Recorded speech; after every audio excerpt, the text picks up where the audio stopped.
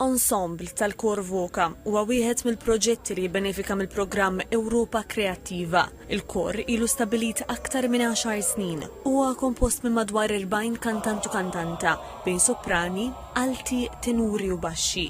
Il-President tal-Kor, Riz Delija, għalli lan tal-proġett huwa li jippromovu l-arfin dwar is-saħħa mentali u jiġġieldu l-istigma u t-tabu li huma relatati ma' dan is-suġġett permezz tal-mużika. Iltqajna ma' ħafna istituzzjonijiet fis-settur tas-saħħa mentali fejn fhimna aħjar x'inhi saħħa mentali u minn xi jgħidu n-nies li jkollhom issues tas-saħħa mentali.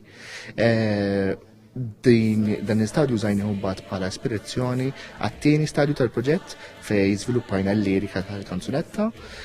Miż-żewġ korijiet kemm il-kor f'Malta kif ukoll il-kor f'Spanja ħadmu fuq il-lirika biex jiżviluppawha.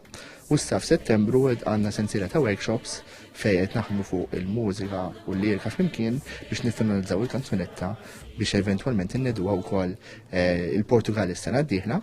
U l-kanzunetta tiġi tradotta wkoll fl-24 lingwa uffiċjali tal-Unjoni Ewropea flimkien mal-Ukren u fil-lingwa tas-Sinjali.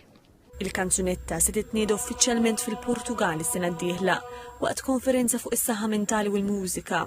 Wara, xogħol il-kor ikun li jxerred kemm jista' jkun il-messaġġ tal-proġett mal-Unjoni Ewropea u lil-hinn. Uffiċjal fih dan Ewropa Kreattiva, Erika Samut Mikallef, qalet li fl-aħħar sentejn daħal numru kbir ta' applikazzjonijiet għal proġetti li ġew aċċettati u ħadu l-fondi. Sejħ oħra li qed tagħmel suċċess ukoll fuq livell lokali hija l-Culture Moves Europe fejn bażikament artisti emerġenti fuq minn 18-il sena li għandhom interess fis-settur kulturali, sija sfin, kant, drama u jixtiequ jagħmlu esperjenza f'kwalunkwe pajjiż tal-Unjoni Ewropea jistgħu japplikaw dan il-fondi u jieħdu din l-esperjenza u ovvjament kollox ikun konfinanzjat mill-Unjoni Ewropea. Il-programm attwali beda fl-2021 u għandu għaddej sal-2027, budget allokata liħ ta' 2.4 biljun euro.